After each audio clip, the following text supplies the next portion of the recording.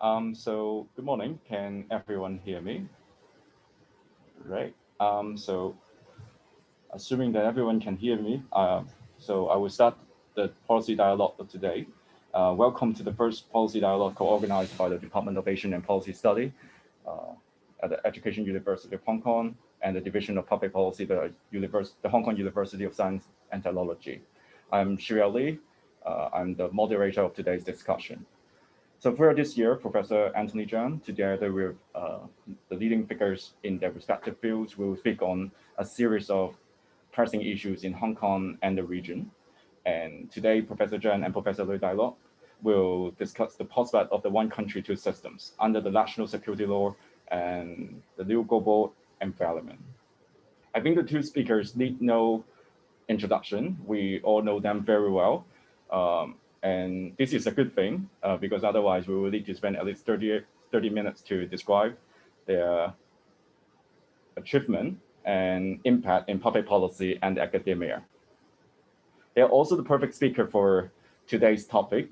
They have written extensively on the subject, which has sparked off a wave of discussion in the city. So we are very fortunate to have the opportunity to interact with them today. And to facilitate this discussion and interaction, Professor Cheung and then Professor Lü will each present for around 25 minutes, followed by a discussion between the speakers and then the audience. I encourage you to actively participate in our discussion by submitting your comments, questions through the Q&A function on Zoom or Facebook. We'll collect your questions and comments and incorporate them into our discussion. So without further ado, may I first invite Professor Anthony Cheung to deliver the presentation. Thank you. Good morning, and thank you, Xiuyao, for the introduction. Today is my third time speaking to the topic of one country, two systems, because this policy dialogue series is now in its third year. And each time I find that I have something new to say. And the prospect of one country, two systems seems to be more controversial each time we are talking about a topic. Now, let's try to remember the origin of one country, two systems. The Basic Law Drafting Committee started work in around 1986. But of course, the concept of one country, two systems began in the early 1980s before China and Britain entered into talks about the future of Hong Kong beyond 1997. The Basic Law, which embodies the whole spirit of one country, two systems, was promulgated in April 1990. So we're talking about 30 years ago, even though the implementation, legally speaking, started on the 1st of January 1997, over 20 years ago. So the assumptions, the context, the background in which the Basic Law was drafted, the whole idea of one country, two systems was formulated were quite some time ago. Now, within one country, if you say we have different systems, it depends what we mean by different systems. It could be different traditions, cultures, religions, or language communities.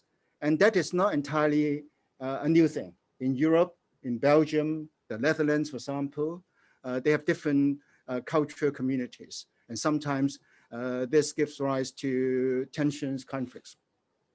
But within the context of one country, two systems that we are talking about today, we are talking about apparently two rather opposing systems, because theoretically speaking, we are talking about the coexistence of a socialist mainland of China and a so-called capitalist Hong Kong.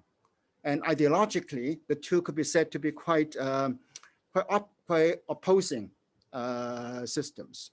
So how to ensure that this kind of arrangement is sustainable is really a challenge to both Beijing and Hong Kong. So in this presentation, I will try to very quickly recall the origin, the foundation, and the evolution of one country, two systems, and then examine what we are facing today, particularly after the very drastic changes that occurred over the past year or so. As the topic says, we are now talking about the post-national security law era, and then of course the global situation, US-China tensions and all this have also impacted on the prospect of one country, two systems. Now, I will use a PowerPoint to highlight some of the issues.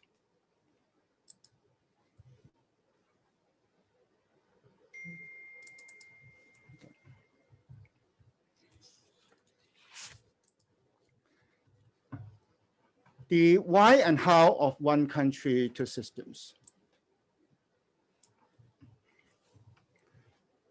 If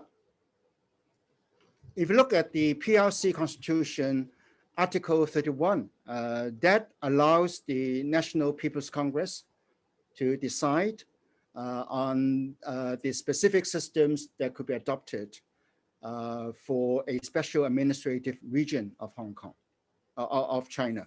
And Hong Kong, Macau are the two SARs at the moment.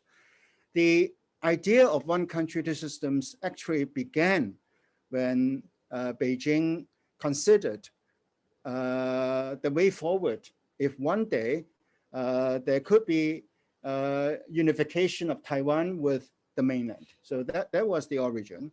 And so we are talking about a new constitutional order because it somehow altered the PRC constitutional arrangement.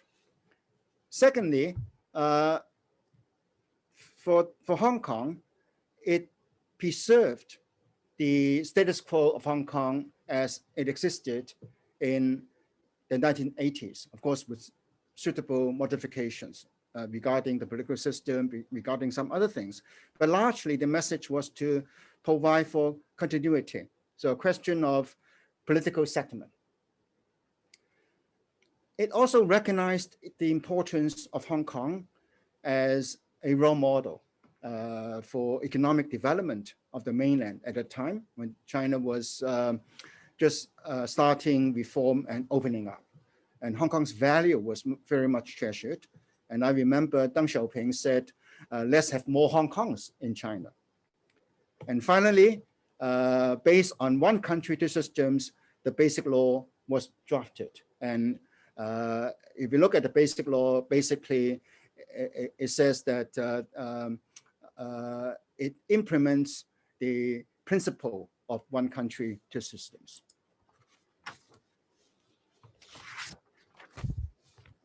On a more practical level, we can say that the one country, two systems arrangement has extended the historical, sociological, institutional, and cultural status quo of Hong Kong to a large extent. And it also embodies a separate identity of Hong Kong, whether as a system with a capital S, or in terms of the residents of Hong Kong, particularly the permanent residents, what we now commonly refer to as the Hong Kongers. So basically, the idea is defined in the basic law.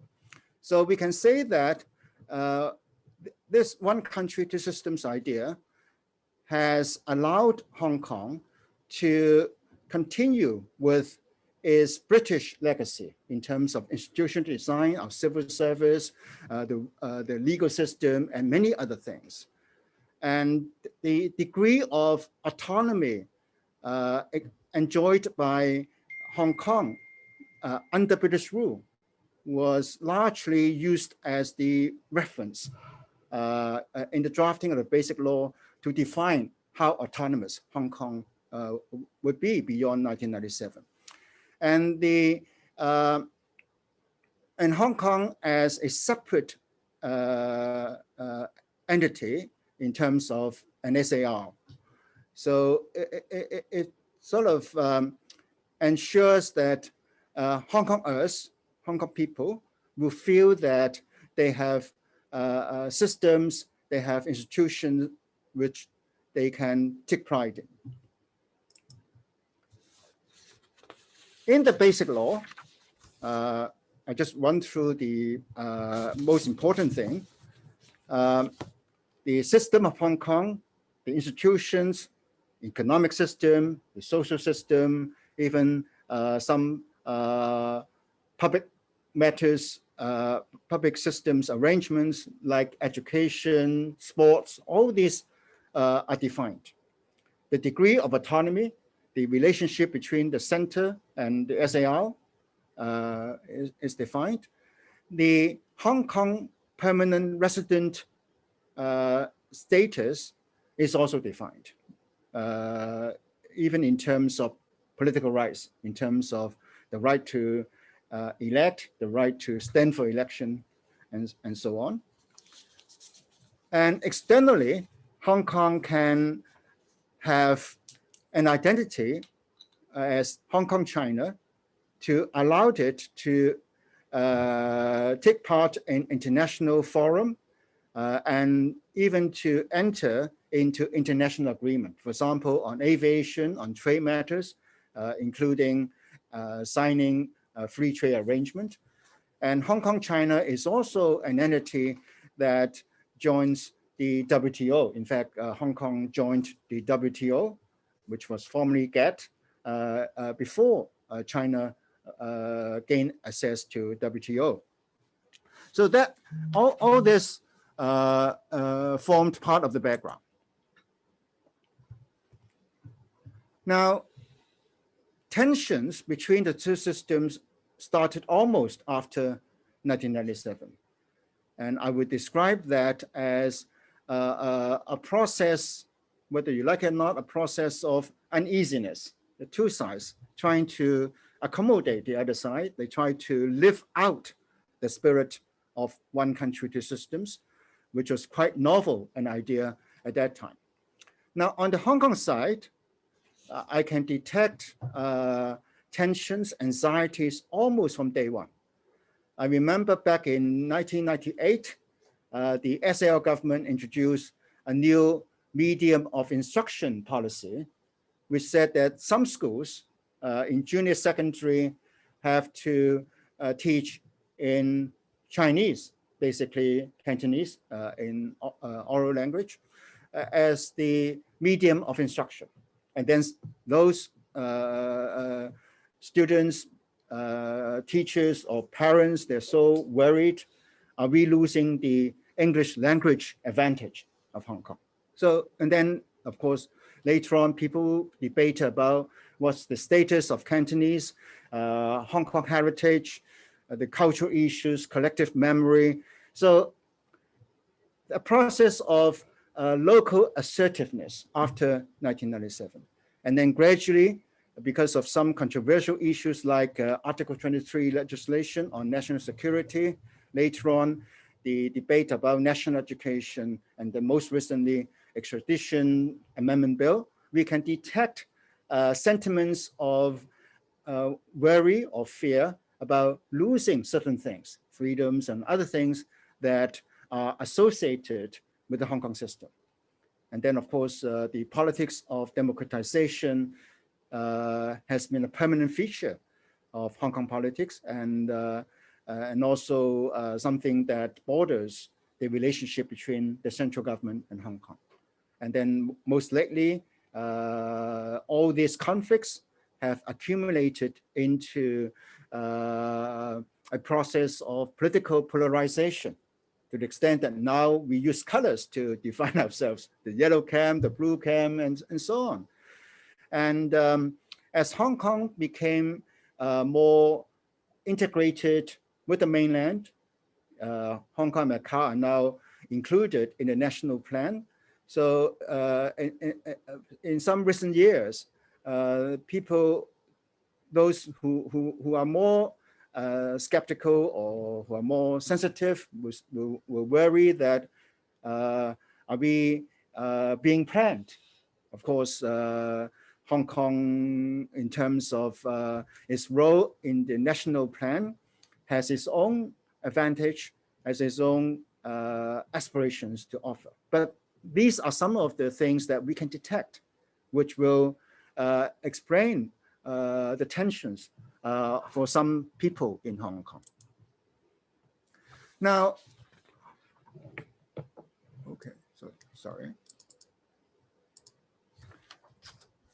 From the central government's perspective,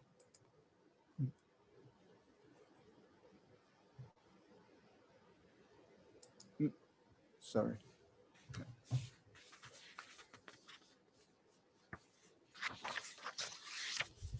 From the mainland's perspective,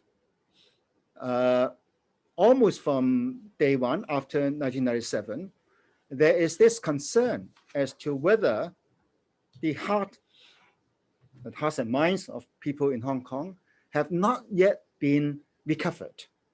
So, 領土回歸，人心未回歸. So, this kind of concern has been around for quite a while.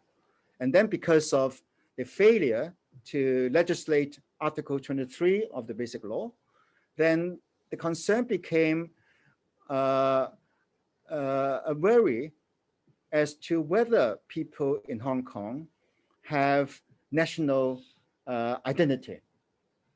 Of course, I'm talking about the Chinese in Hong Kong. And therefore, starting from 2004, there has been a drastic shift in Hong Kong policy. Before that, Beijing basically took a rather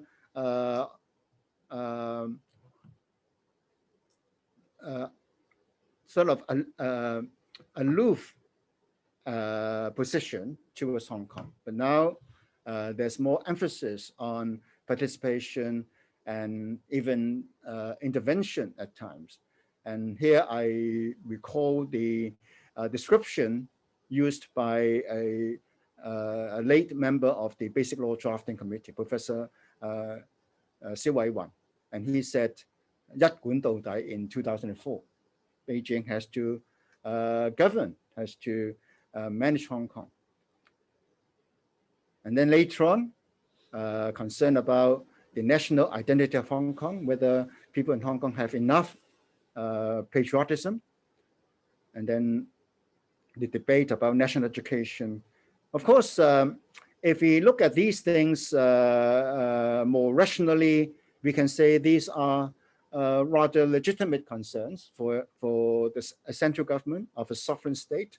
But of course, as we can see from development, these issues often became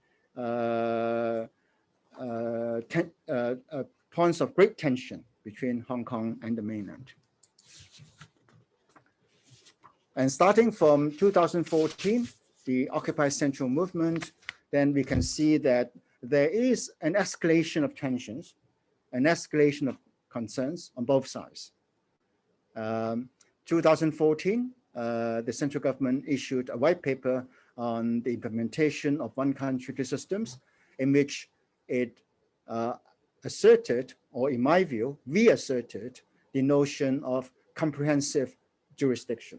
The reason why I use the word reassertion is it's not entirely new for the central government to take that particular view. Back in the 1980s, there was great debate about whether the return of Hong Kong to China is just returning the sovereignty so that the administration will be returned to Hong Kong, or sovereignty and administration are inseparable.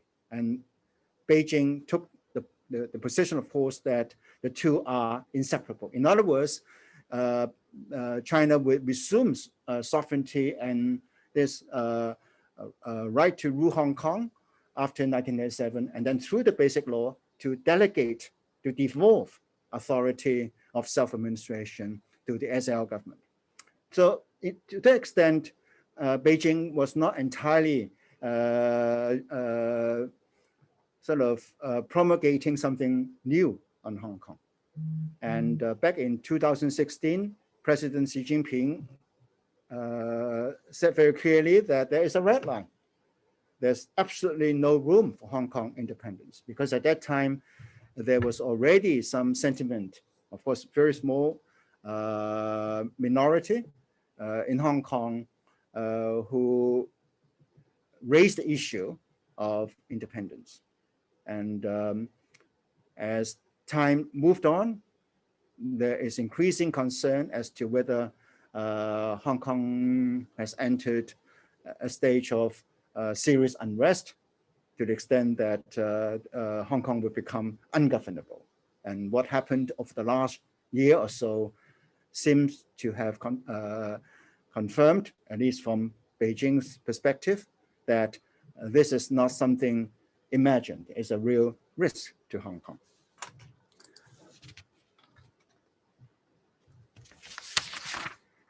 But the two sides of the one country, two systems equation are not just engaging in tension, in skepticism.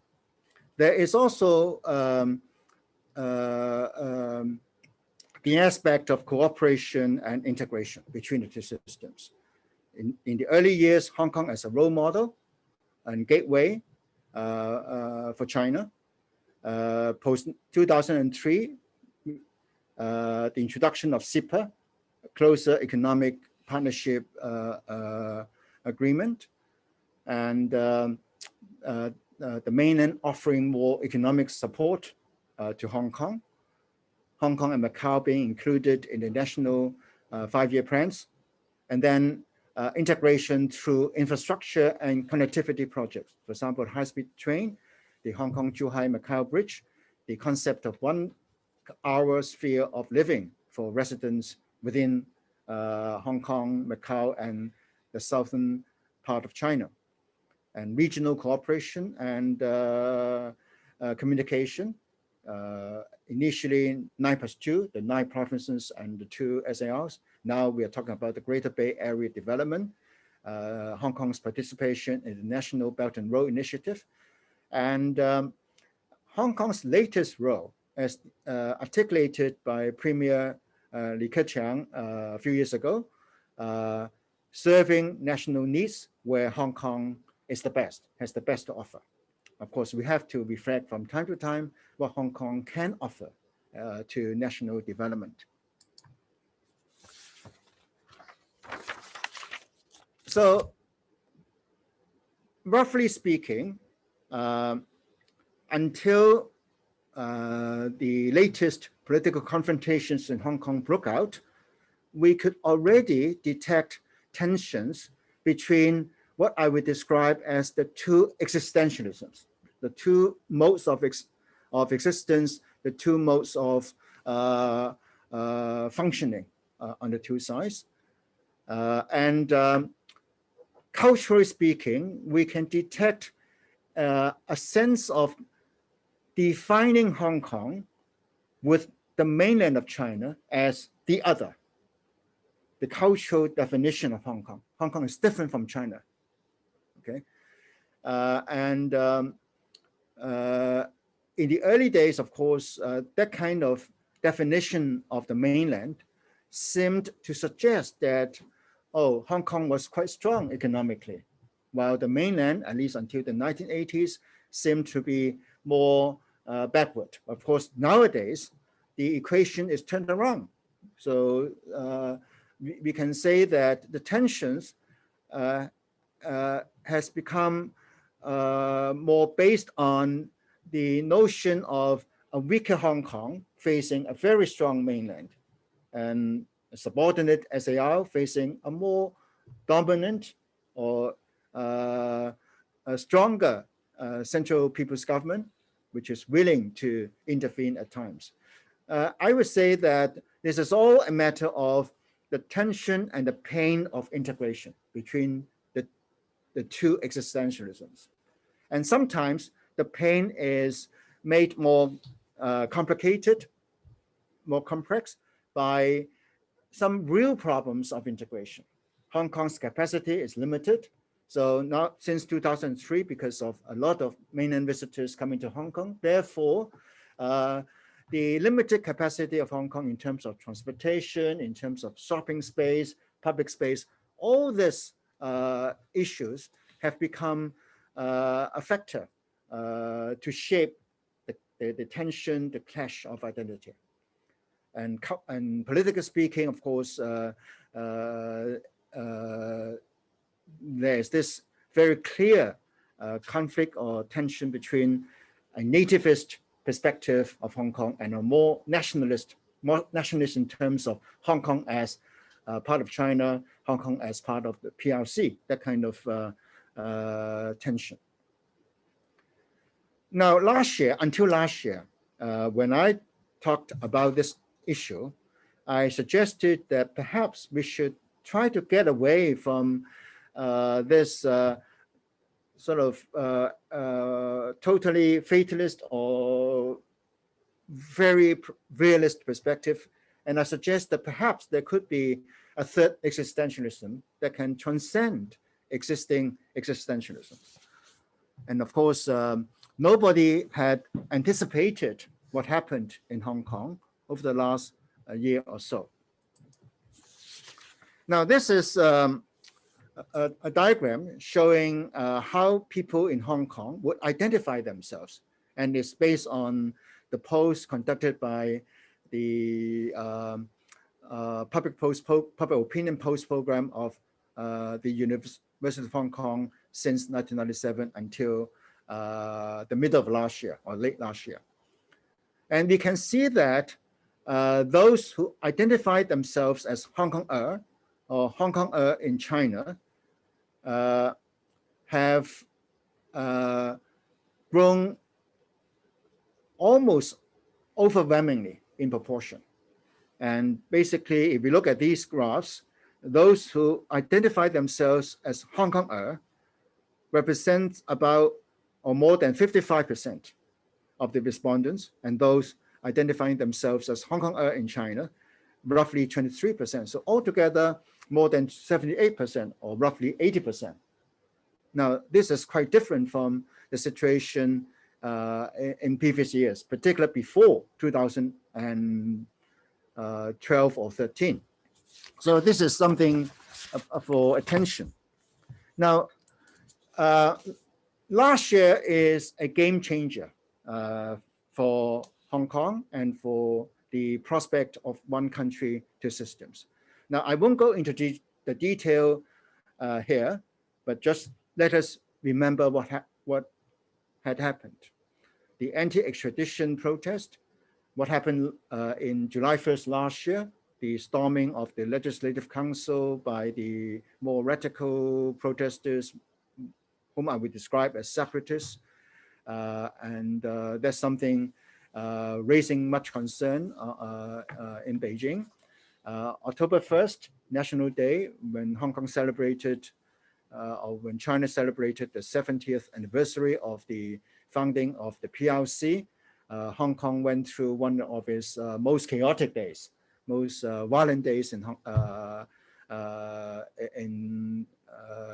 the protests.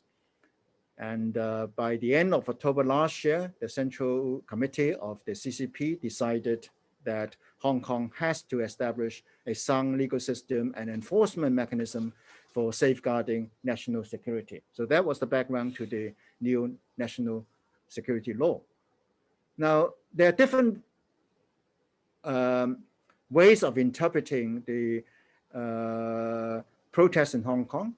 International media consider that as resistance to repression, but the mainland officials regard these protests as distortion and abuse of freedoms and the rule of law. So the tensions, uneasiness that I described earlier in Hong Kong starting from 1997, by last year have accumulated into very strong sentiments, very strong anti-mainland sentiments in Hong Kong, particularly among the younger generation. And I could also detect ill feelings, suspicion, anti-Hong Kong feelings on the mainland, that Hong Kongers are being ungrateful and unpatriotic. And then at the same time, of course, in the last few years, on the mainland, there is this new China Inc. Notion, meaning the whole nation acting together, market and state, party and state. And under this new China Inc. Order, actually Hong Kong will be factored into the national development plan more prominently. And Hong Kong is expected to align more closely, to align better with national development. So because of the changing geopolitics globally, China could not afford Hong Kong to become a weak link in national security. And the global geopolitics are indeed changing. US-China rivalry, clash of systems, and because of the protests in Hong Kong, we have provided, in a way, a catalyst for a complete reversal of US policy towards China and Hong Kong. The sanctions imposed by the US and its close allies on Hong Kong, some measures taken, in a way, have eroded Hong Kong's comparative advantage as an international economic hub. But I would suggest that even though the US is escalating its confrontational politics with China, but I don't think China will give way. So we are in this rather delicate geopolitical impasse, which will make the Hong Kong situation under one country, two systems even more challenging, even more difficult. China is not going to collapse. China is not going to succumb to pressure. Of course, I'm not suggesting that China's policy towards Hong Kong will be very rigid. This is not actually the tradition. But we have to really consider whether the 1997 foundation of one country, two systems still holds. Now, we know that there's no alternative to one country, two systems for the future of Hong Kong. So the question is, what kind of one country, two systems?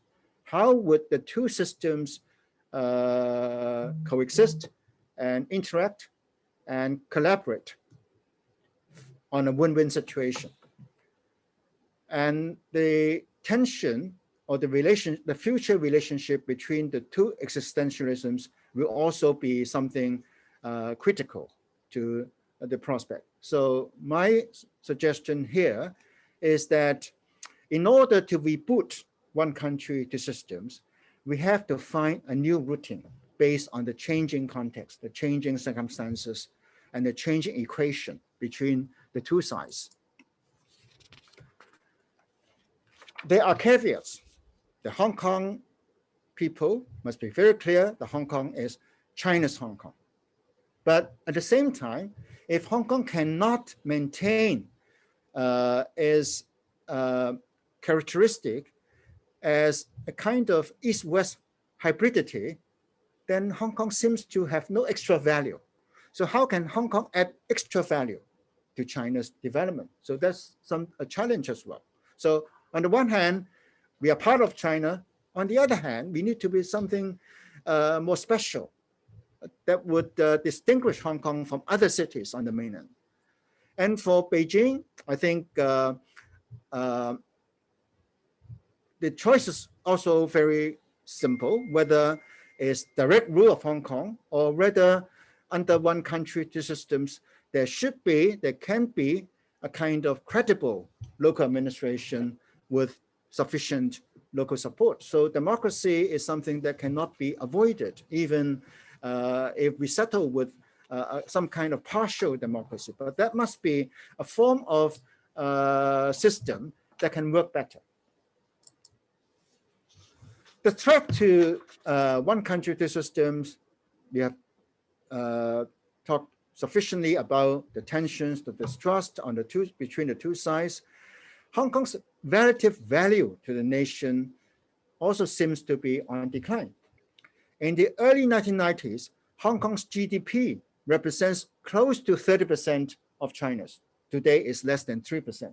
So that speaks volumes about the change.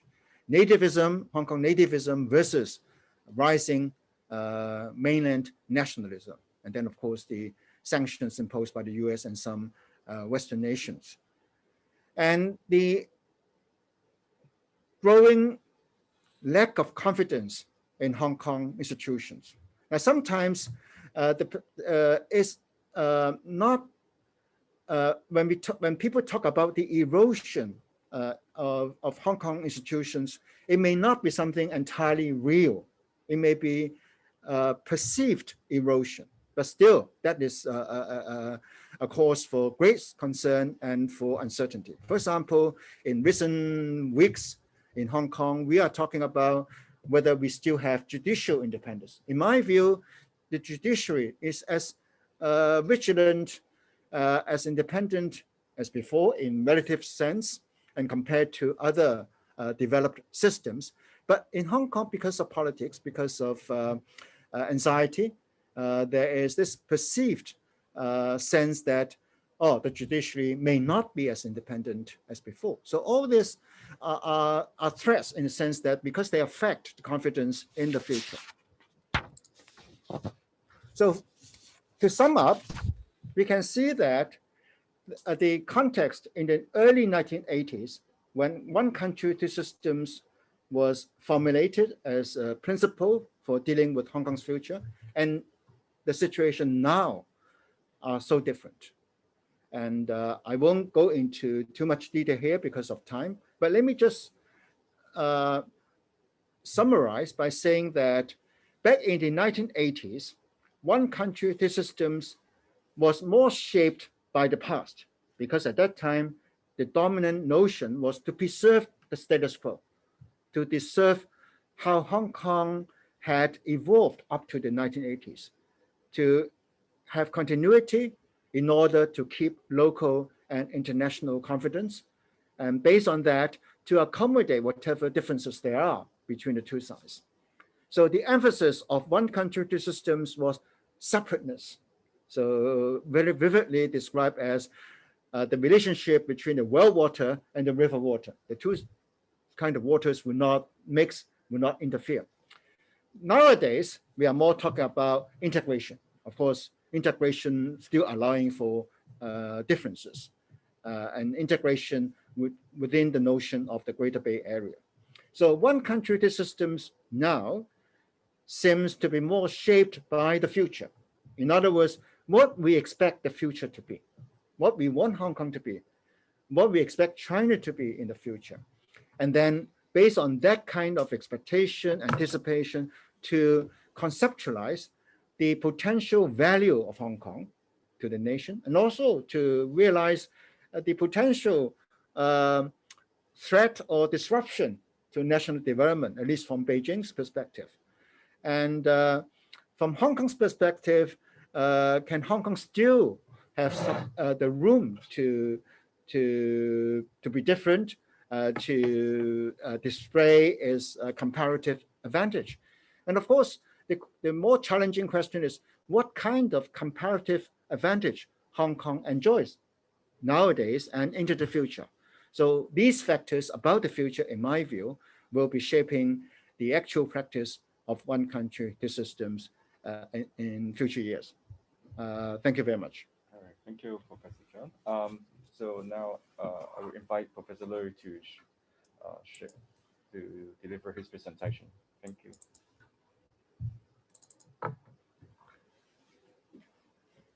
Okay, thank you, Silvio, for the introduction, and thanks for the opportunity. I mean, I thoroughly enjoyed listening to Anthony's presentation, a very systematic review of issues evolving around one country, two systems. I take a slightly different approach, and I try to, oh, let me see. I need to go back to the, I try to get into the question probably more directly, in the sense that the question is about whether we still have two systems, and are we experiencing major changes under national security law and the new global geopolitical environment. Of course, I won't really discuss about how you look at whether there's still a second system or two systems coexist in the framework of one country, two system, because I tend to think that each one of us have a very different benchmark. You have a very different framework. So you are looking at the current scene of Hong Kong from your own perspective. Probably a lot of people would say that, you know, this is a huge disappointment because the pace of democratization doesn't quite follow what you prefer. Other people would probably say that, you know, it's been very chaotic and it's not the two systems they have in mind way back 20, 30 something years ago. I'm sure that, you know, each one of us have a very different benchmark. So I won't go into that, but instead I'll try to highlight some of the issues at the backdrop. In other words, when we think about whether we still have two systems, probably we have to understand some of the background and some of the principles that how we assess one country, two system. One is that I see a one country, two system as an outcome of a historical political compromise among different parties. Of course, in the process of negotiation is mainly between China and Britain. Hong Kong didn't have its own representative, but somehow, of course, both China and Britain tried to claim that, you know, they represent the interests of Hong Kong. Of course, probably you won't agree, you won't be too happy with that, but still, there are different concerns and interests at that moment. And don't forget, you know, it's a compromise in the sense that for China, the unequal treaties never been recognized. And so having Hong Kong return to the motherland is very basic and logical for the purpose of territorial integrity, national pride, and so on. However, taking into account of the international community as well as the interests of Hong Kong people, Beijing also adopted a compromising approach in the sense that they allow for having a different system within one country framework. Of course, a lot of people would say, okay, so what's the big deal? You know, it's, you just accommodate capitalism. And at that time, you're just coming out from the Cultural Revolution. And as a result of that, you're short of capital. You're trying to save the very difficult economy under socialist rule. And then, of course, you need to finance the four modernizations, 四個現代化, and so on. So what's the big deal? But don't forget, you know, still for Beijing, they're still trying to find a way that they don't need to touch on the current arrangement in Hong Kong, and still this can be accommodated within the national framework. So they're ready to have, you know, capitalism within socialism. For Britain, of course, they have raised different options to China, but at the same time, they're trying to see if they can find a solution so that, you know, the interests of Hong Kong people would at least would be taken care of by maintaining the status quo and so on. So each one of them tried to work out a compromise, an arrangement that, at least different parties' interests would be taken care of. Of course, it's not just an issue at the national level. We can also go into different social classes, different social sectors, compromise in the process. For example, the capitalist class at that time, they have a lot of worries about property rights because they have a lot of investment in Hong Kong. So they have to strike a deal that, make sure that property rights will be protected. But at the same time, of course, they would also accommodate that, there will be political changes in Hong Kong and so on and so forth. Nowadays, of course, a lot of people have already forgotten that, but way back in the 1980s, there were debates about the proliferation of demands for social welfare. And the free lunch at that time was perceived as very threatening to the interests of the business community. And so why should they allow for, even though it's only partial, but some form of democratization for them is upsetting their interests. Same for the middle class. I mean, the middle class, of course, have been working very hard to get what they have been able to attain. So they care a lot about how to maintain the professional system, the current education arrangement, and so on and so forth. But at the same time, they also have worries about, whether China would all honor the promise and so on and so forth. So different groups, of course, working class as well. I won't go into detail, but the point I want to make is the outcome of one country, two system. You may say that, it has some self-contradictory elements, but still why people take it is because it was at that time a compromise. Come to a point that, again, many of us have already forgotten that is actually at one point of time, there were fears about premature resumption of sovereign power over Hong Kong. The year of 1983, when talks were in a deadlock, why the value of Hong Kong dollar dropped, why Hong Kong dollar pegged with the US dollars. It was at one point of time, people think that probably it won't work out. And so as a result, when you wake up tomorrow morning, then it would be socialist China. Now, of course, we understand that it never happened. But the point I want to make is people are trying to work out, you may say, a solution so that, each party's interest, at least to have some part of it being taken care of. And so as a result, you can reach a certain agreement.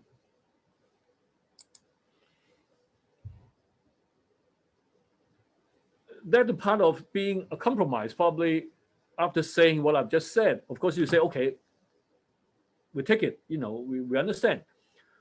But a lot of time when we say that we understand it's a compromise, have forgotten that for every kind of compromise, it has certain characteristics. And most of the time we forget about this. For example, because it was a compromise, so there was no one single total winner. Nowadays, of course, a lot of people say, okay, Beijing was the winner. It had taken everything from us. And that's why you are not happy. But don't forget, for Beijing, at one point of time, they have to accept the fact that even though Hong Kong has already returned to China, but they cannot manage and run Hong Kong in the way exactly they do in the mainland. Of course, now a lot of people would challenge my comment and say that, no, I see fingers from Beijing everywhere. But still, I mean, if you really look at how things will be managed, how things will be administered in mainland, still a lot of differences between mainland and Hong Kong. For Hong Kong people, of course, there are a lot of issues still very much hanging in the air. For example, the extent of democratization, how sustainable is a capitalist economy within a socialist system. And again, a lot of us have already forgotten that, at one point of time, many people, including Milton Friedman, predicted that the Hong Kong currency is not sustainable because no one country would have two currencies. And so as a result of that, it's a matter of time that, the Hong Kong economy would encounter very, very, very serious trouble. So there were still uncertainties. There were still issues that, no one single party would be 100% happy with the outcome. And in fact, in the process, in the outcome, you can see that from different parties' perspective, there are still expectations that somehow have not been fully realized. For some people, probably it's about democracy. For other people, it's probably about socioeconomic development. From Beijing's perspective, perhaps it's about how come that even when I try to manage national and regional integration, that you guys have a lot of opposition and so on and so forth. So the point I want to make is probably quite politically incorrect in the sense that you can see different parties now in this past 12 months would say that, I didn't realize that, the package that I got so many years ago that I thought that we have already dealt with every single issue. But now I noticed that my counterpart seems to have a very different interpretation, and then they act in a very different way. And so as a result, I'm not happy as well. So you have different unhappy parties as a result of a compromise. So these are some of the constraints, or maybe you can say limitations of a compromise. And more importantly, I think it's also important for us to realize that instead of we reach at the conclusion of one country, two system, and we have the basic law. And so as a result of that, from 1990 onwards, everything is done, mission completed, and so we just wait. The analogy I always draw is, it's almost like writing every single so-called key ingredients of Hong Kong success into the basic law, get them deep frozen, and then you take it back on the first day of July in 1997, defrost it, and then everything would be all right. I don't think that was the case. In fact, one country, two system is an ongoing project, is an evolving project. Certain things have been guaranteed. Hong Kong would remain capitalist. Socialist intervention would not enter into Hong Kong. However, there are still areas in the actual operation, especially at the operative level of one country, two system. I put down the word underspecified, in the sense that not so much, we haven't touched on it.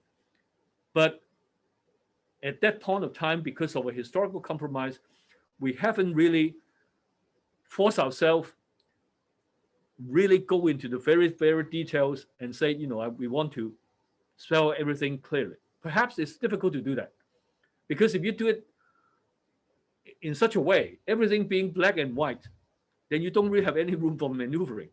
So probably everyone try to avoid that. But at the same time, because of avoidance, you have certain things that allow for people to have different imaginations, and as a result, different expectations, and also as a result of that, different extent of disappointment, frustration, conflict, so on and so forth. For example, sovereign power. This is actually an issue pop up right from day one of the whole questions about one country, two systems.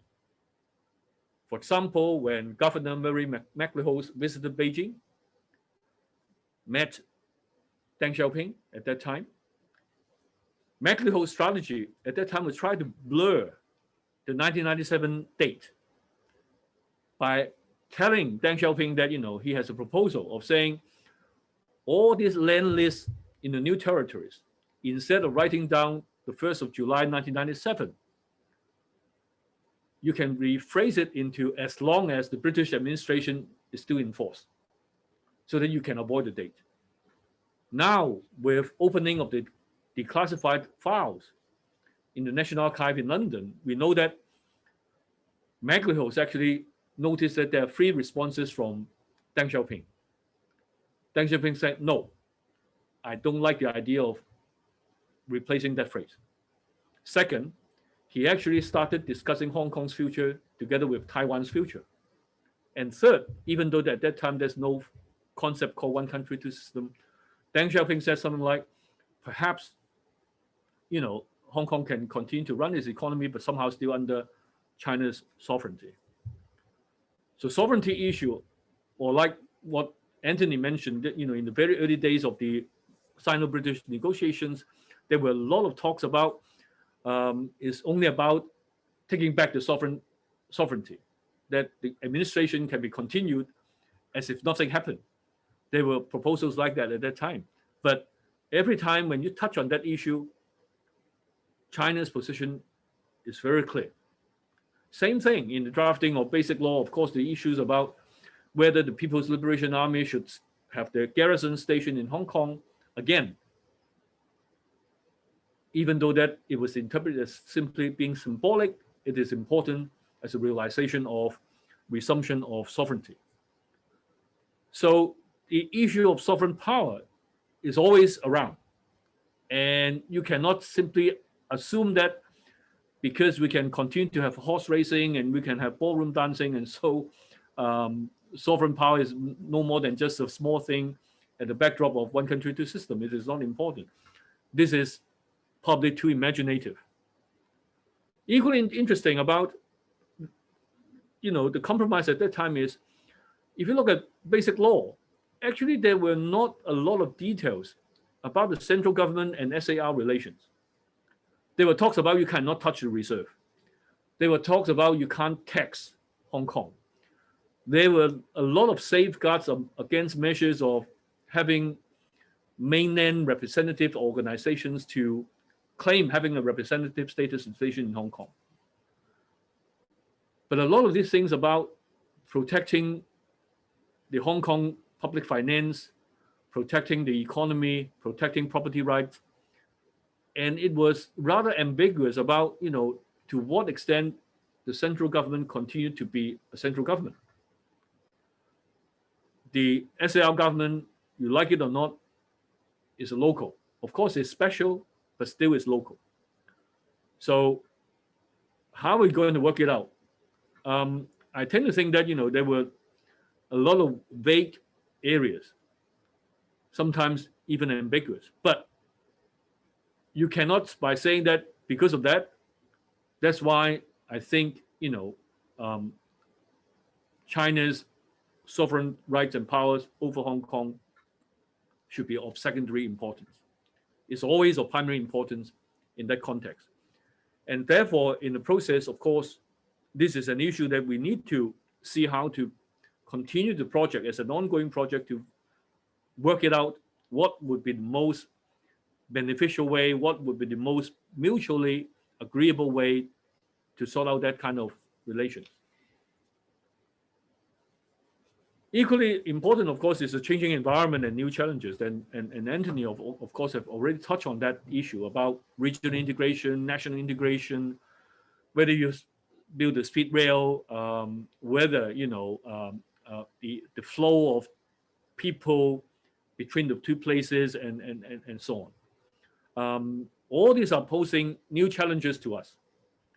And these are things that it would be unfair to say, how come the basic law drafters could not imagine that kind of thing to happen in the 1980s? And quite honestly, at that time, it's difficult to anticipate such changes.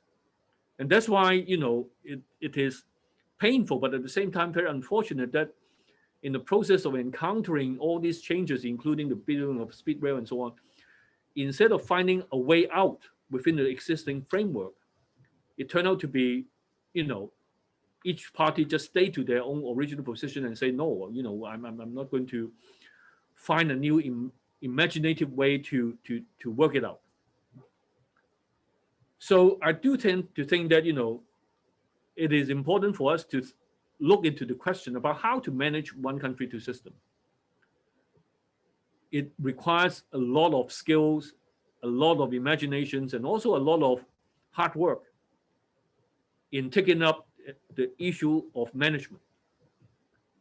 Of course, there's always the side of, your entitlement and so on. But at the same time, how to manage it, this is also a very, very important issue. Because if you don't take it as an issue to be managed, you just take it for granted because job done by 1990, then you see a lot of problems. For example, independent visitor scheme.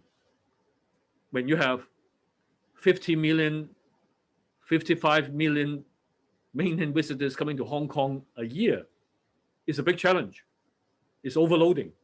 It's something that you would create an unnecessary conflicts among people. These are the issues because we ignore or underemphasize the importance of management. As a result of that, we suffer. And in the process of managing one country, two system, I think, of course, the basic law is the framework, but still, we need to look into where are the space, where are the rooms for maneuvering within that institutional framework.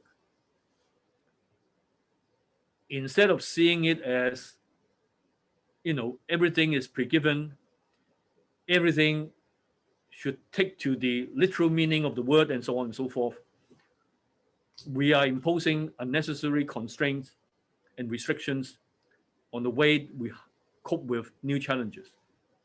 But still, we need to respect the framework. We also need to respect the procedures. So quite honestly, for me, to have the national security law, of course, this is not ideal. It shouldn't be the first option. It probably is the third, fourth option. Some other options should have been deliberated and really work on in order to ensure that, procedurally, we have a better way to cope with the kind of challenges, the kind of,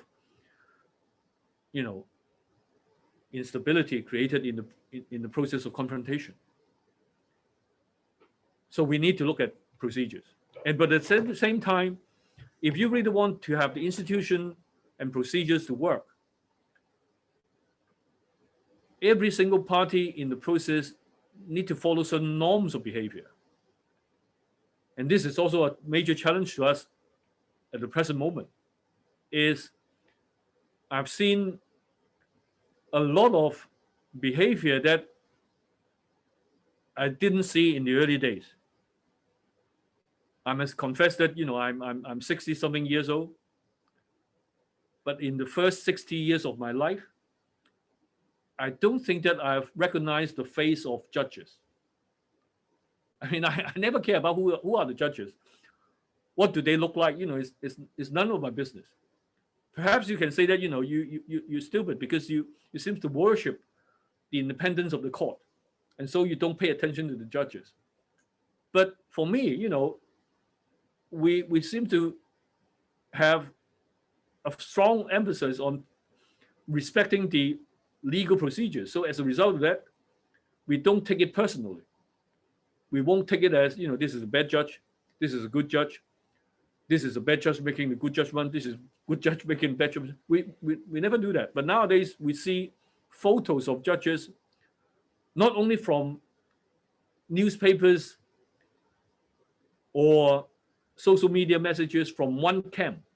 It's coming from both sides of the political spectrum, which is, for me, is, not easy to follow and understand. And that the norms of behavior is something that we need to, again, reassert, reinstate, rebuild, so that, procedures will continue to work. Because if you continue to undermine the accepted norms of behavior, then all the procedural rationalities would be undermined. And in that process, actually, it requires restraints from both sides of the party. Both sides have to anticipate reaction from their counterpart and also to see what would be the best option and best way to manage. That required each one of us to step back, stay calm, and to see if there's a better solution to work out the kind of difficult situation we are encountering. So my answer is to still two system is saying yes, it's still two systems, but it requires us to learn how to manage one country, two systems. It required us to have new inputs at different levels, at the level of institutional building, at the level of reinstating the proper procedures, at the level of individual behavior, so that to make two systems continue to work. Of course, the original question also asked, what about under new global geopolitical environment? I would just like to pose two questions back to us, or back to you. I tend to think that no matter what is the current political environment, or what the future political environment, we need to ask ourselves the simple questions. What exactly are your goals and objectives? What exactly we want to achieve when you do certain things? Because I tend to think that I know nothing about international politics, but my very limited understanding of history is that international politics evolve and change, and it can change quite drastically. Probably because of my own ignorance. Quite honestly, in the early 1970s, I don't feel that a lot of people would have anticipated there would be a secret mission to be carried out by Henry Kissinger to visit China. And then very quickly later, President Nixon would be in Beijing, having liqueur with Joe and I and meeting Chairman Mao. I don't think that, a lot of people would say, okay, this was is a matter of time. Now, of course, a lot of people talk about new Cold War. But even back into the old days of Cold War, they were detente.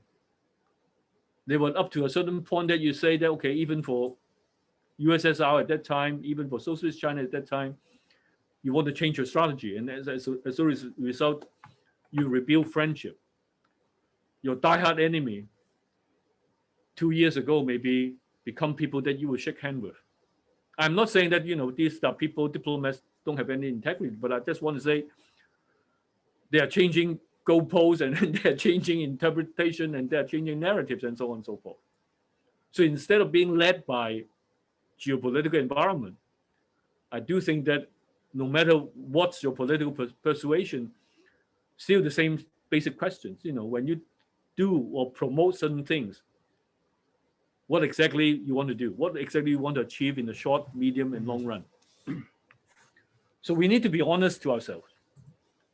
If you really think that, yeah, your project is about having a political separation, you don't think that, you can accept one country, then yeah, it's a high cost, high risk pathway for getting what you want to get. Or rather you think that, there will be room for reform.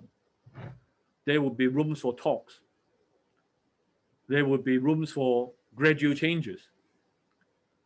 Then you consider accepting certain institutional constraints, work within current system, and see how you persuade people, not only in Hong Kong, but also in mainland, different levels, to say that probably this is something that we should sit down and talk and find a way to change. Of course, I can fully understand that, what I've just said, probably in the years of some people who say, okay, I don't like this because I like to see change before I pass away. This become a key phrase in the past 5-6 years in Hong Kong. Everyone wants to see some major change before they pass away. So your time frame probably is only 3 months. If you don't allow me to attain my goal, you're blocking my way. And you ask me to wait for 3 months or 6 months, that is totally intolerable. But I'm afraid, if you look back in history, one of the interesting things about history is almost everything is possible. But at the same time, they don't happen necessarily within your own personal framework or time frame. Things will change. Things will be sorted out. But somehow it requires a lot of people's of different kinds of wisdom different kinds of attempts and try to do things at very different levels. So I'll stop here and thank you very much. Okay. Thank you very much, Professor Liu and Professor Cheung. I think you two both have delivered a very insightful presentation on how on the origin of the one country two system and the prospect of it. And so we will have the discussion session right now, very soon, and then I will start by having my questions, throwing my questions to them, and then at the same time, please do participate actively by leaving your questions through the Q&A function in Zoom, or if you're participating through Facebook, please do use the comment section to leave your comments there. So, so to start with, I can see a lot of similarity between you two in terms of your understanding and description of the nature of the one country two system. Namely, the one country two system really is a product of a particular historical socio-economic context. It reflects the power balance between China and the rest of the world at a particular time. It reflects the situation of Hong Kong at a particular time.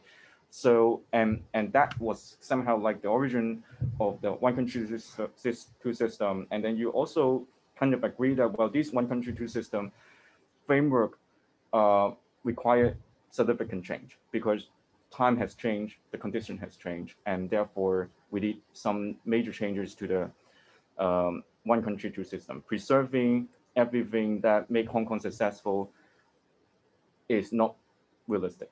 But now to for the sake of discussion, I do want to see if you have if you two see any major differences between your two observations of Hong Kong. My feeling is that you two do have some slight difference in terms of how you approach the prospect of Hong Kong. So for Professor Cheung, you seems to highlight the importance of the comparative advantage of Hong Kong. Like Hong Kong need to think about its bargaining power is why China need to give, why the central government need to grant autonomy to Hong Kong? Well, because that must be because Hong Kong serves some function in the country. So in the future, if Hong Kong wants to preserve any kind of autonomy, we have to think about that. So it's like a bargaining process out there.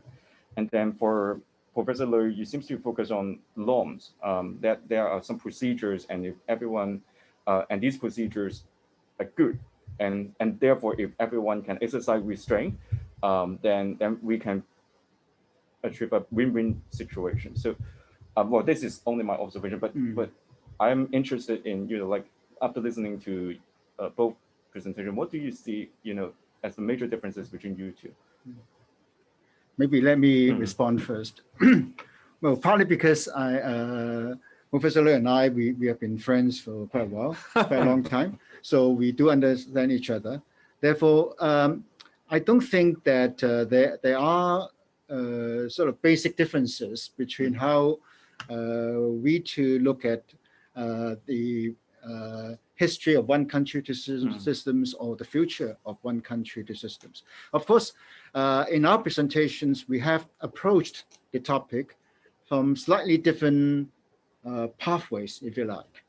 But I have taken a more historical perspective, and maybe dialogue. You have sort of approached the topic on a more sort of key issues perspective. So the keyword compromise or institutional norms, things like that.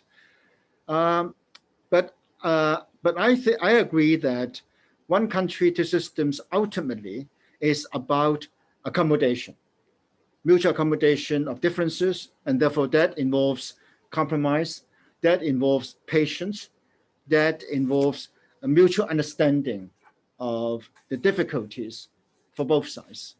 Now, if you have that kind of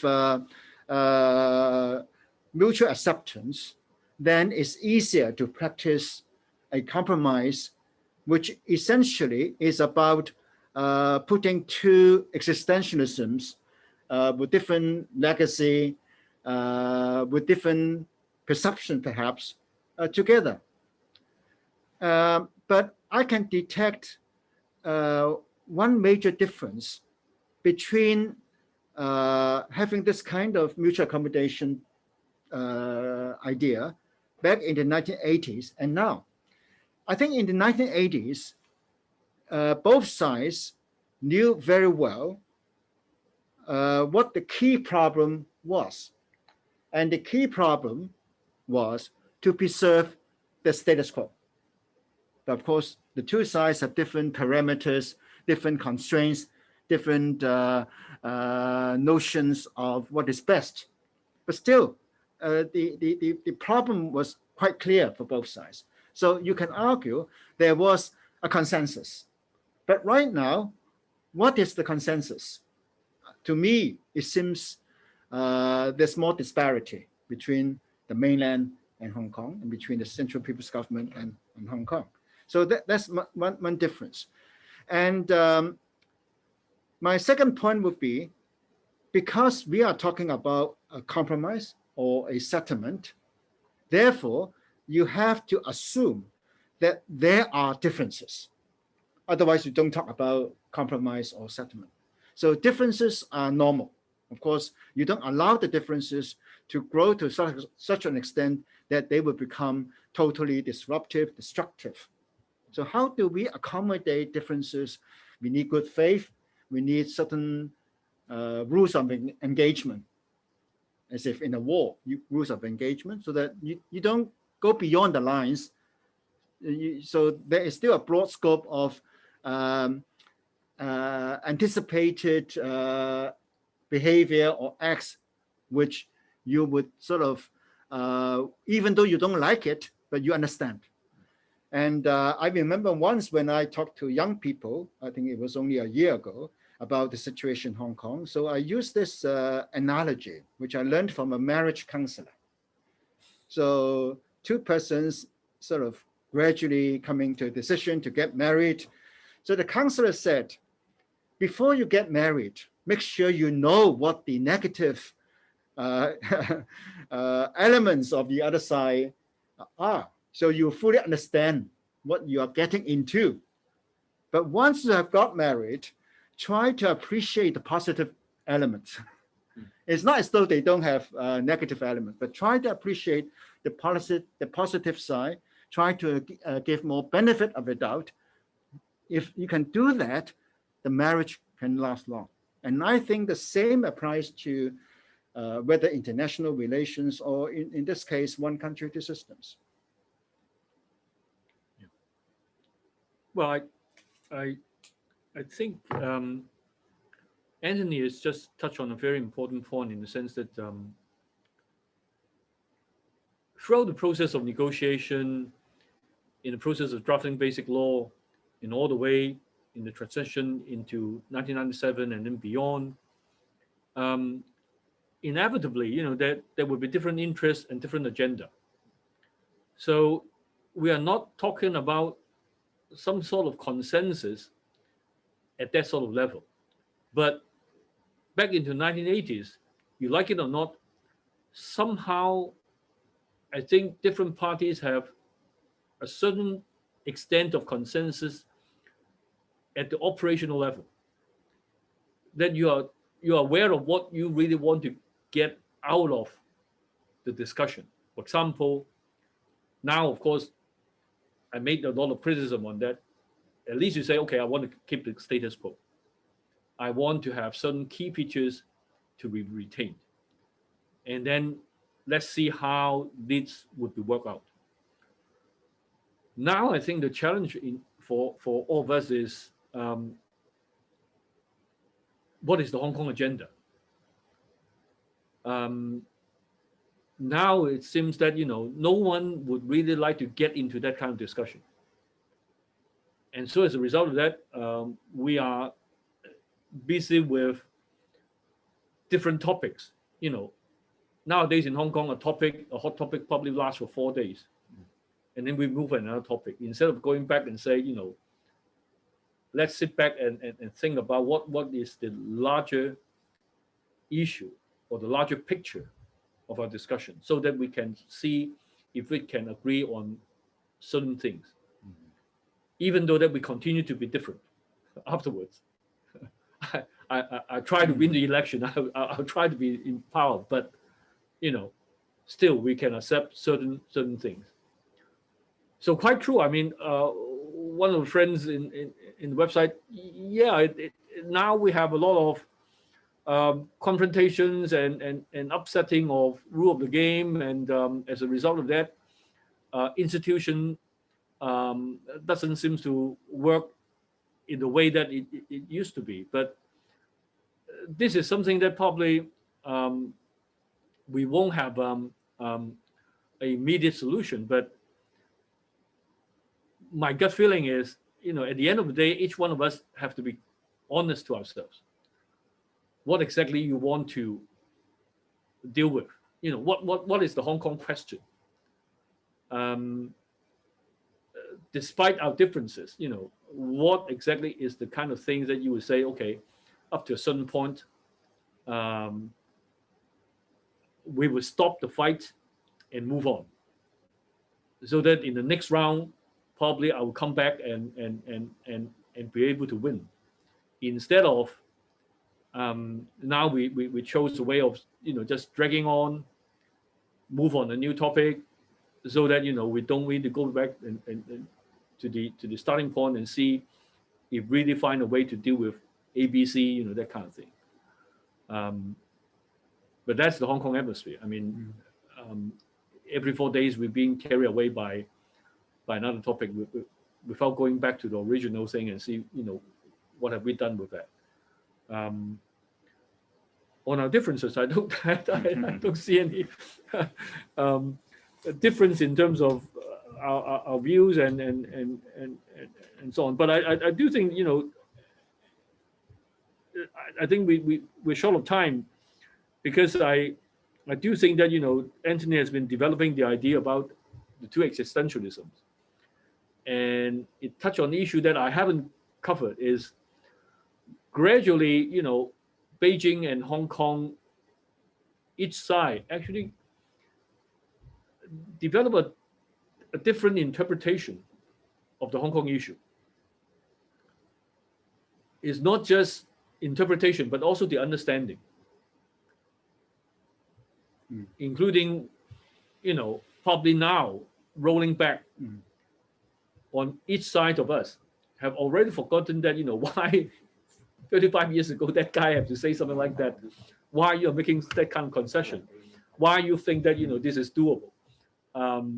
Many of us seem to have changed the mindset already. And then that's something quite, in quotation mark, dangerous, because we do need to go back and to look very carefully about why at one point of time, why both sides can allow for accommodation, allow for space, allow for areas that, each side can maneuver a bit without doing too much.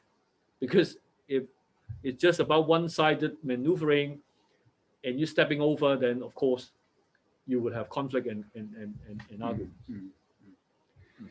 Tai-lok, following this point, I think I fully agree with that. And the whole reason for that is we are talking about an entirely different generation.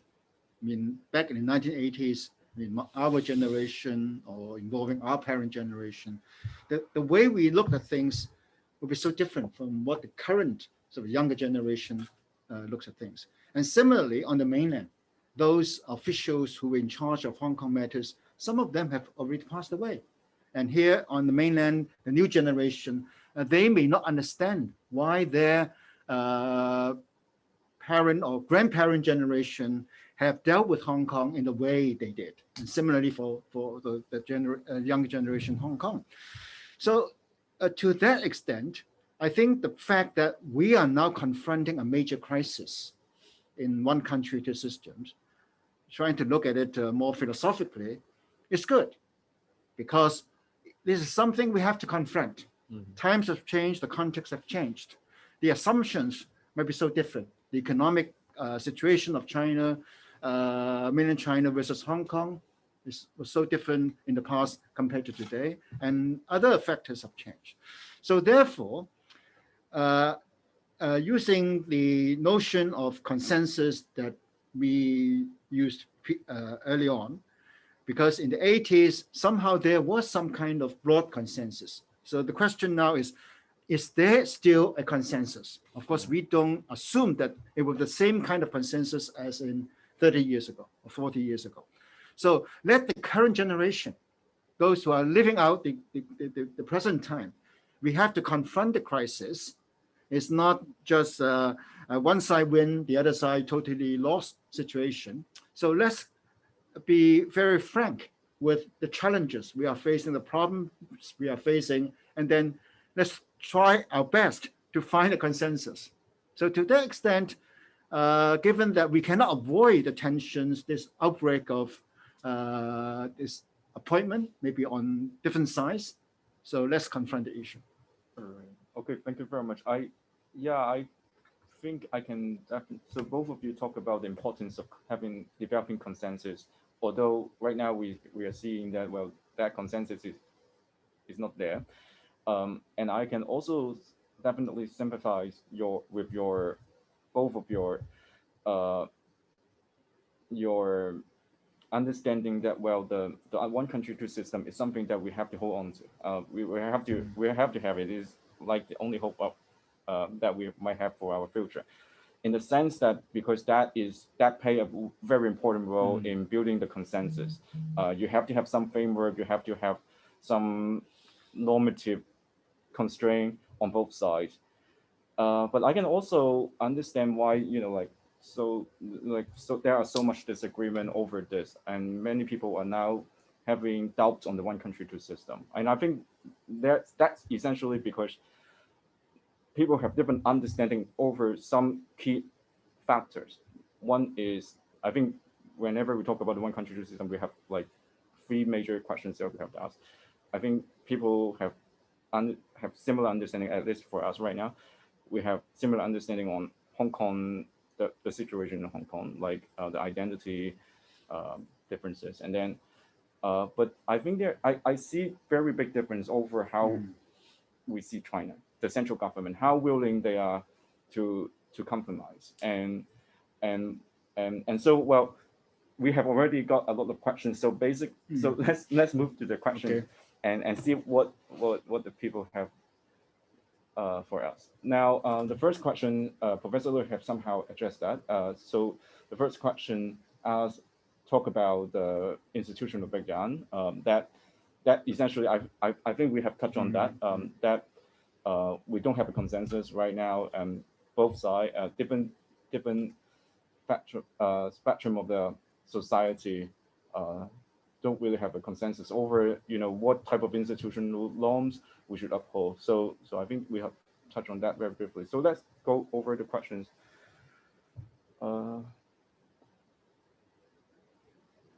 let's start with this one first. Do the participants see the questions as well? No, so I have to read them out. Can they actually see them? Like, can we allow them to see all the questions? So for this question, mainland Hong Kong relationship is often portrayed as mentor versus mentee relationships. A metaphor of mainland Hong Kong relationship is when Hong Kong as mentor has exerted all it can teach to mainland as mentee. The mentor will starve to death. My question is, what has mainland China really learned from Hong Kong? Chinese economy is often described as capitalism with Chinese characteristics, a model different from Hong Kong, but with equally successful economic performance. This also leads to my second question: what Hong Kong can teach mainland China in the future? So I think that somehow, again, touch on one core assumption is how willing is China willing, the central government willing to respect the characteristics of Hong Kong, how willing they are to compromise. Well, I think although we are talking about the mainland as a whole, of course, there are different cities, different parts of the mainland. And even within the broad notion of socialism with Chinese characteristics, I'm sure the eastern seaboard and the western part of China will be facing different challenges, the north and the south. So if we look at things more at the level of cities or municipalities, then I can see a lot of scope for mutual learning, let's say between Hong Kong and Shanghai, Hong Kong and Shenzhen, and so on and so forth. So I'm not saying that Hong Kong has lost its attractiveness. We still have a lot of legacy. We still have a lot of institutional strength. But right now, the issue is, because of what has happened over the last couple of years, people tend to ignore the strength. If you look at some of the so-called international benchmarking tables on different aspects, Hong Kong is still doing fine in relative terms. I mean, the way we are dealing with the COVID-19 virus, yes, there are a lot of misgivings locally, but you can find that kind of local misgivings everywhere. But internationally speaking, we are doing fine. But because of the sort of polarization of issues, we tend to play up the problems. We tend to play up the negative side, and we sort of do not give sufficient justice to what we are doing right. So similarly, when we look at Hong Kong and the mainland and some mainland cities, in the past, we said, oh, Hong Kong was great. The mainland was totally backward. I think that may not be a fair judgment even in the past. But right now, I think that there are views in Hong Kong that denigrate the strength of Hong Kong to an extent that they don't think things are right in Hong Kong. That everything being done, let's say in Shenzhen, is better, or even everything being done in Macau is better. I think that's the other side of the prejudice. So we have to be fair to what's going on. Well, I don't really have a lot to add to, but I tend to think that Hong Kong is still an example or case that somehow China can pick up and to prepare itself for its own future development. Not exactly of replicating Hong Kong, or not exactly of taking Hong Kong as a mentor in the sense that, just copying what we're doing. Quite honestly, the kind of scale of issue that Beijing has to handle would be very different from the sort of scale that we see in Hong Kong. And having said that, yet you find issues as simple as Hong Kong being a global city. My experience of working with my collaborative partners or invitations that I receive from mainland organizations is, even for top cities, they still find there are a lot that they need to learn from Hong Kong about how to manage a global city, in the sense that you would have people coming from different parts of the world, living within a city with, well, again, relative autonomy and certain extent of freedom, but yet at the same time under China's characteristics. They still find it is not that easy to manage, not that straightforward, and so as a result, having an example to learn from, or at least something that they can really look into very, very detailed and see what these things are. Hong Kong can still serve as a kind of benchmark or reference. And of course, this is only one example. I tend to think that there's still a lot of things in finance, in the economic domain, well, even in managing the city, like transportations and drainage. I mean, what are you going to? Well, one of my complaints about Shenzhen is whenever there's a torrential rain, then you will have flooding. So some of these things that looks like nitty-gritties, but still, I think Hong Kong has been doing well, still kind of world-class in a way. So that are the things that we continue to do. But then, of course, the story will be very different from what we had in the 80s, when level of development was very different. But still, I mean, Hong Kong is, you can't really write off Hong Kong right away. All right, thank you. Yeah, I look over the questions and I would rather still answer more of them because there are many. So Okay. So I think that still stick on one central theme, which is about trust, about the trust over the central government's willingness to not learn from Hong Kong, but really to accept that Hong Kong is going to be quite different. Accept that Hong Kong has its institution which could be functioning very well. Accept that Hong Kong should be a global city. So in the questions I see that they very often they would cite examples like the recent erosion of freedoms or the national security law definitely, but also the legislative the restriction on the legislative councils, increased the heightened role of the government's central agency representing the central government in Hong Kong. So it seems that increasingly people lost confidence that Beijing would exercise that restraint, and so one logical question really is that how could we expect that in mainland China we are talking about because this is happening in the mainland China as well, increased centralization of power. How could we expect that Hong Kong as a city in China would still be able to survive, or still be able to stay away from that process of centralization? And it seems also that historically, so one person asked, if Hong Kong if the main value of Hong Kong is really about the economy, about its economic values, things that is less sensitive, then would the future of Hong Kong become more like Shenzhen, Shanghai, or Macau? So how would you? So again, this touch on the very basic assumption that we might have, that is before we have a negotiation with the central government, we have to assume that the central government is willing to accept that differences. But given all the signs, given all the development, that seems to be a very difficult assumption? Well, because I've looked at some of the questions, maybe I can make a few points at this moment. First, if you have taken part in any sort of bilateral negotiations, yes, you base on whatever issues, problems you're facing, differences with different parties, and you enter into a broad consensus and agreement.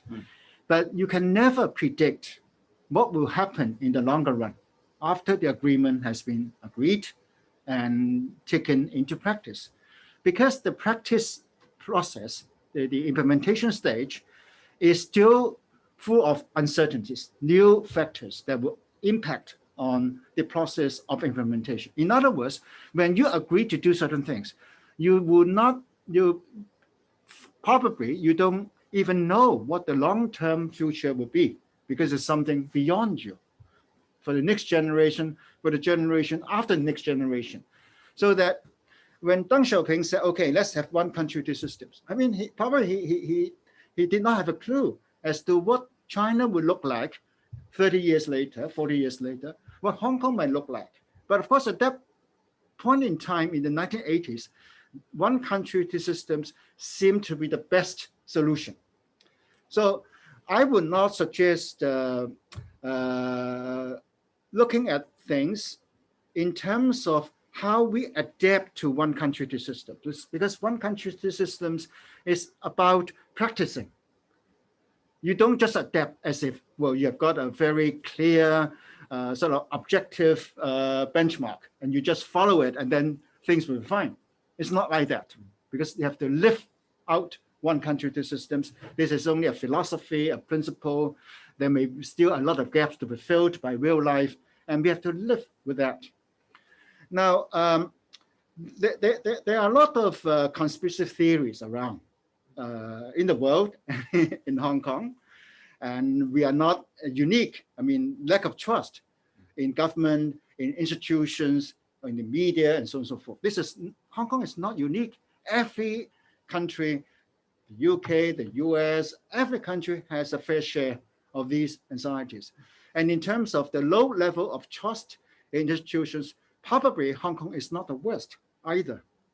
But of course, here in Hong Kong, when we debate about issues, we tend to focus on the problems we are facing.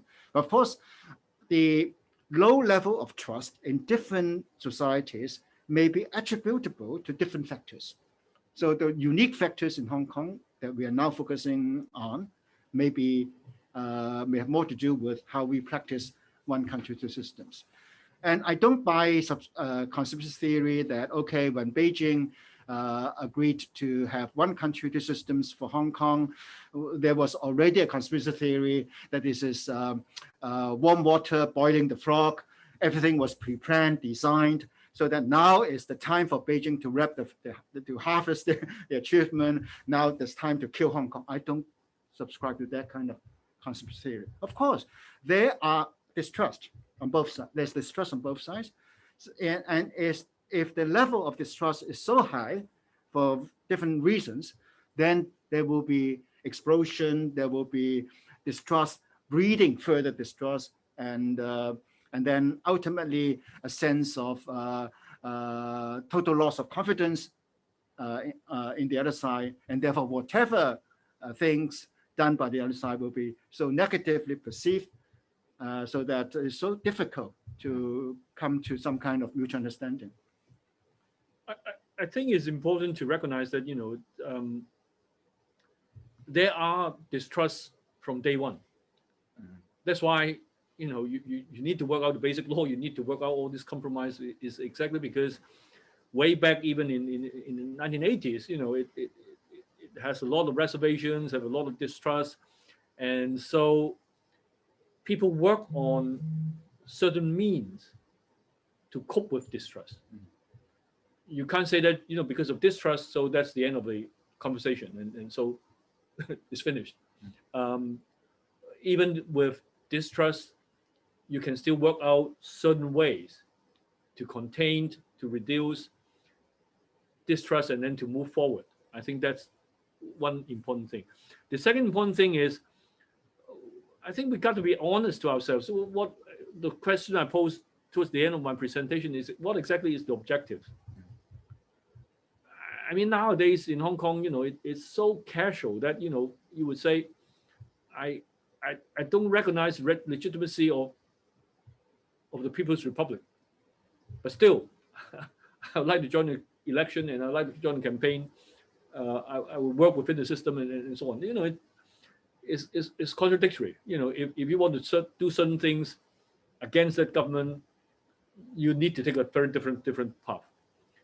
If you stay within the legislature, if you believe in parliamentary struggles, you work according to different kind of logic, different ways of assessing, what are the achievements, what are the failures, what can be done better, what can't be done, and so on. In the past 10, 15 years, I think we have been very, very slippery of not trying to define what clearly that, with the kind of issue or problems that we find in Hong Kong, or things that are making us uneasy, what would be the solutions? What would be the way to step forward to deal with them one by one? I think that would also be important for us to think about.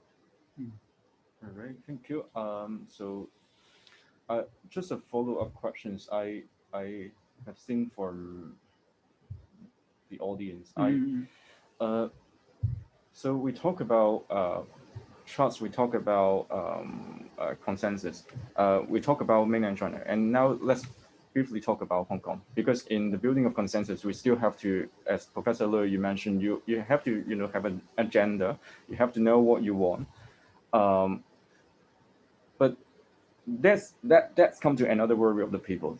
How much compromise we have to make, like Hong Kong as a whole, how much compromise that in terms of political freedom, in terms of things that people might treasure right now, have to compromise in order to in order to build that consensus. I think that is another obstacle or source of disagreement that we are having right now. And so I think now what has happened or what is still happening in Hong Kong since last year is really a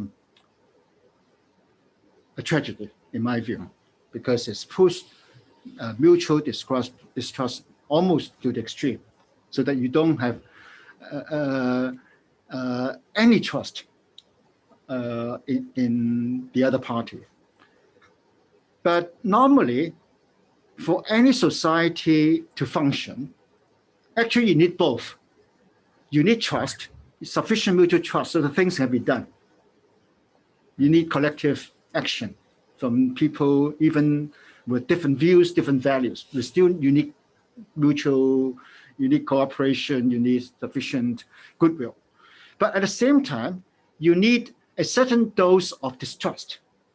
Otherwise, you would encourage so-called authoritarianism, autocracy, so that you need a bit of skepticism. So you don't totally trust the other side. I mean, even within family, you still need to have trust and distrust, philosophically speaking. But once you have reached a stage where you either have total distrust or total trust, in the sense that you allow people to do whatever they want with your life, then we may face a lot of problems. And right now in Hong Kong, I think probably we are having too much distrust. So let's see whether that degree of total distrust is entirely justified or warranted. I think we have to look at that. And I can also detect a question on Hong Kong and Singapore. So I would like to respond to that.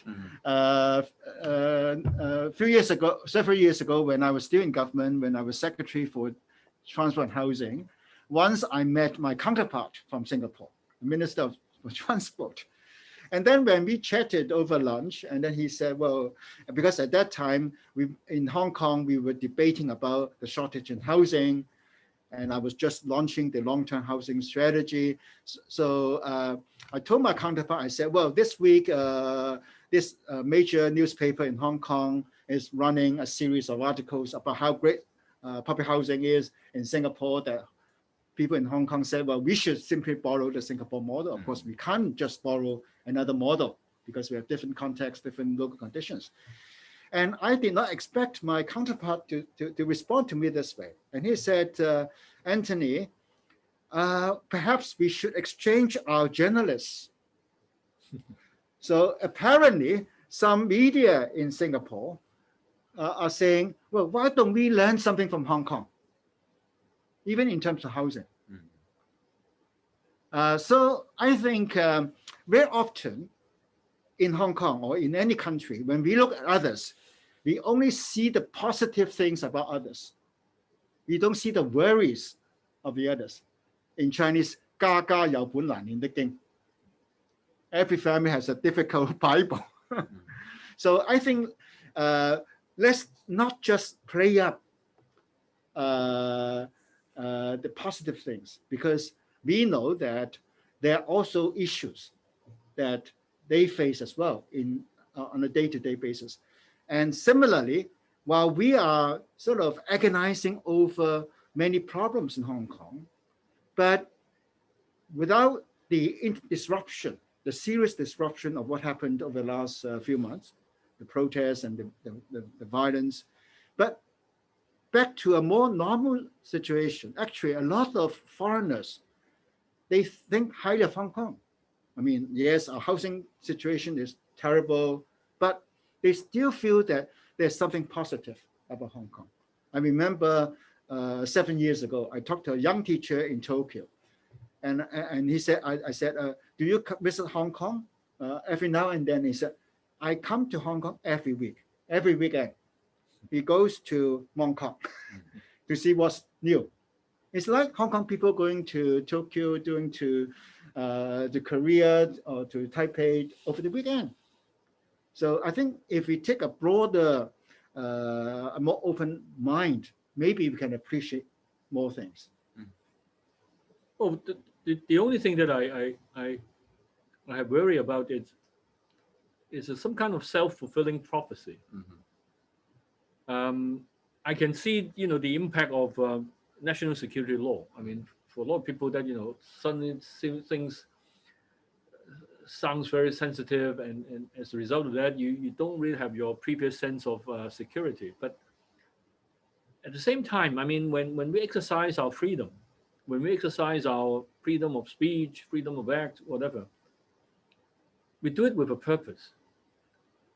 And I do think that we need to be serious to our own selves, in the sense that, when I want to say something, I mean what I say, and when we say that, we're discussing or debating certain things, we are really having speakers or inviting people having different views, and then we go into the details and the philosophical basis and foundation, and have a debate on that kind of thing, instead of making use as a topic, but we do whatever you want. If we can avoid that kind of thing, then I do think that that will, up to a certain period of time, then you can gradually change the way, the balance. Now I think mostly is about mistrust, distrust, and so on. But gradually, when you find that these are the things that we continue to able to express our views, and then we're able to at least to engage in the debate, and not so much worry because it's a topic of sensitivity. Then you would able to change the tide a bit, and then gradually you pick up the sort of new sense of trust and confidence. Well, I can understand why people in Hong Kong are so nervous, so worried about the new national security law, because this is a law which was passed within a very short time. There was little opportunity for people to know the substance of the draft law, and then to debate, to consider how the proposed legislation might be implemented. And so this is very unfortunate because of the timing and the special circumstances in which the law is to be passed. But putting that aside, I'm not saying that we should not be concerned about the national security law. But putting that aside, we can say that, well, almost in every country, I mean, those countries that many people in Hong Kong think highly of, the UK, Australia, Japan, the US. Singapore, they all have national security laws. And to be quite blunt, all national security laws across the world are harsh, sometimes draconian. For example, most people will assume that Australia is a very liberal society. Their security law probably should be less harsh. But in Australia, for national security reason, trials could be secret trials. It's not open, of course, based on national security reason. And usually offenses involving national security will carry much harsher penalty. I mean, this is common across the world. So I'm not saying that because others have draconian laws, we should have draconian law. I'm not arguing on that, but I'm trying to take a more comparative perspective.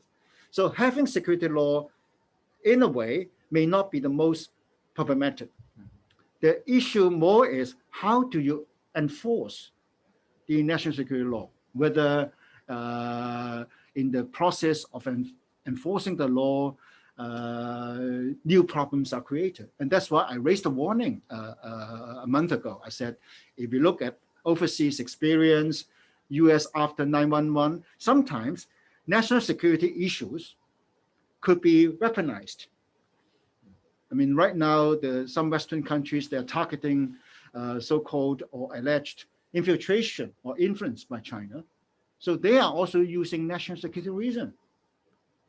So if they use national security reason to look at China, why should they be so surprised that China would similarly use national security reason to look at them?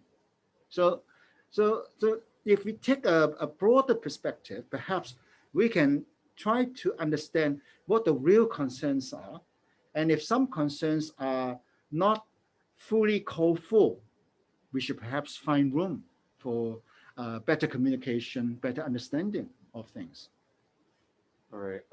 Well, we only have 5 more minutes, and to finish towards the end of this dialogue, thank you very much for everyone participation, and definitely the 2 speakers for their insightful sharing. But before the end of this dialogue, I still want to have a more personal questions to you two. You two are all seasoned Hong Kong observers, and you have participated very actively in Hong Kong, in the political development of Hong Kong, in shaping the discourse about Hong Kong political development, making great contribution to this process. Now, so personally, I am interested, after going through all these events in the recent years, decades, are you feeling increasingly powerless in all these processes? Particularly, Professor Cheung, in your presentation, when you talk about the prospect, you said that Hong Kong will suffer significantly, being squeezed by local, national, and international politics. It seems to me that you have, increasingly pessimistic. So, so personally, do you feel increasingly powerless when you face, when you see that all sides in the parties are getting increasingly difficult to communicate, including, the central government, but also definitely the society in Hong Kong? What is your personal reflection on these year's events? Well, as I said, what happened over the last year or so has been a tragedy.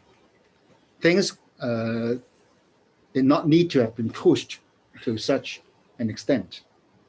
Of course, we can always draw lessons from what happened, but things have been done. You cannot turn the clock back. This is part of history. But when we ponder the future, I think it's important to take lessons from the past. Now, I feel a bit distressed, and sometimes this sense of, as you put it, powerlessness, mainly because how do we get out of the current impasse if the extent of mutual distrust is so serious, so that every step is being perceived in a very negative manner? So whatever goodwill will be totally negated. Now, but if we look at history, if we look at what happened elsewhere, or even Hong Kong, we have been through the most turbulent periods. 1967, the early 80s, the few years before 1997, we have gone through not almost, but challenging, turbulent days. And we still managed to survive. We still managed to pull ourselves through. And in other countries, they got the ups and downs. I mean, the UK, for example, Brexit is a big shock to the future of the UK. People have to live with it. So I think that we should not get totally disillusioned because of the shock. I think with the will, with some good sense, we can still live through it. But there's one major factor, maybe that is unique to Hong Kong. In other places that we are familiar with, the people there can say, well, it's up to us. When we want to get out of it, we decide to get out of it. But in the case of Hong Kong, we still need to gain the confidence of Beijing, because the future of Hong Kong is not just decided internally within Hong Kong. We have to look at the national context. We have to come to some kind of understanding with Beijing. And that is something which is really challenging.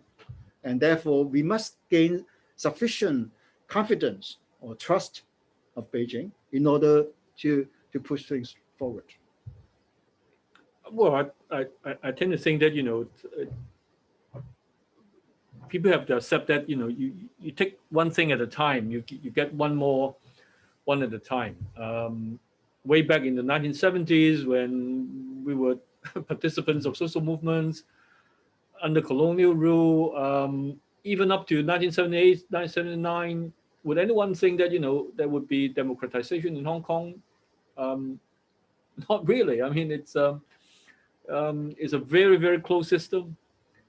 And gradually, when you have partial democratization, is that up to, what we expect? Is it, a sort of ideal path? No.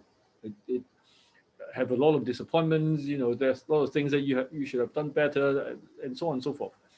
So it's always about, what sort of change that you're looking for. I mean, if you say that, if there's no drastic change, I have a blueprint. If you don't follow it, then forget it. I'm very disappointed. Then there will be a lot of disappointment. If you think that, inevitably there will be people of different interests, different concerns, you need to persuade them. So you need to get one more thing, one at a time. Well, I still see prospect of that. All right. Okay. Thank you very much. Sure. Thank you. John. So yeah, it's 12. So we will have to finish this dialogue today. And just to let you know, this is as I said, this is a dialogue series that we are going to have over the year. So our next dialogue we'll talk about, in our next dialogue, we'll talk about the impact of COVID-19 pandemic. We will have Professor Donald Law from UST, and also Christine Low from UST as well.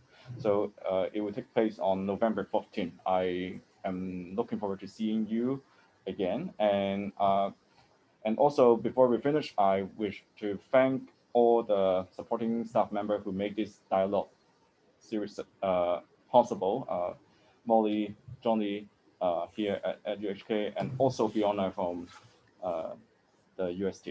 Thank you very much for your participation and time today, and I'm looking forward to seeing you in the future, and have a good weekend. Thank you. Thank you. Bye.